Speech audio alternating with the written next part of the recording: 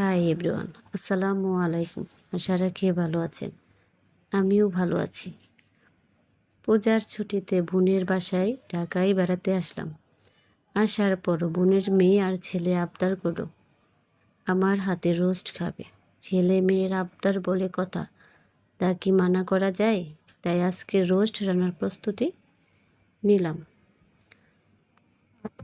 Roast রান্নায় যে সকল উপকরণ ব্যবহার করা হয়েছে সেগুলো হলো পেঁয়াজ কুচি, আদা বাটা, রসুন বাটা, জিরা বাটা, স্টার এলাচ, কালো এলাচ, সাধারণ এলাচ, বিভিন্ন ধরনের বাদাম, কাঠবাদাম, কাজু বাদাম বাটা, তারপর দই, দুধ, ঘি, রোস্ট মশলা, আরও অনেক কিছু ব্যবহার করা হয়েছে।